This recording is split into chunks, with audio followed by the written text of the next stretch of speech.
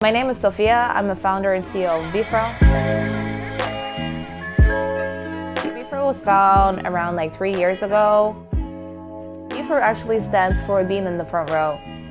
There's not a platform that actually just combines everything. My background is in fashion PR. So I wanted to create the safe space for creatives, somewhere where people can share their ideas, where they can collaborate, where they can find people that they can work with. What I think is really special about BFROW is the fact that we're not trying to exclude people. We're trying to make sure that we bring people from different industries. Yes, we started off as a fashion blogosphere, but we realized that LA in general has a lot of talents that come from different backgrounds. They can be artists, they can be just influencers in general, people who are in fitness industry or whatever. But it's all so tied up within the fashion industry as well. So we kind of decided that we're gonna, expand it a little bit more. What really differentiates us from the rest of the, fashion and creative platforms is the fact that we make sure that it's affordable for everyone.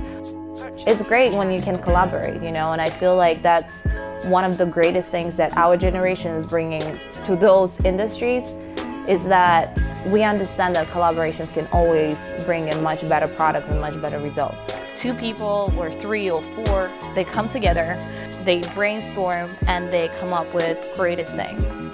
And I really believe in that. BFROW would love to educate people. We would like to bring education closer because we know that it is expensive and not a lot of people, have the opportunity to actually have that experience of, going to university or college or something. And I don't believe that in creative industry it's something that you absolutely have to have. I do believe that it gives you a really good base, to start off, but I feel like reality of any creative industry is very different. And it's very difficult to be a fresh out of uni and you feel like, the world is yours and you have this education, everything, and you actually step into the reality of this industry and your profession. And sometimes people get disappointed because it is way tougher. They don't know much about it, they know only maybe 0.5% of actually what is happening. And that way we actually be able to provide people with knowledge from people who come from the industry, the professionals, or real people, with real stories. So I feel that the industry is really segregated and it's really not as personal as it used to be, because even if you look back, it was always, side to side, back to back, hand in hand.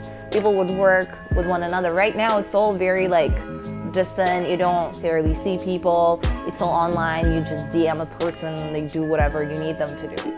So that's part of it, because I feel that especially in LA, people are very separated. They stick to their cliques, and it is understandable. LA is a very big city.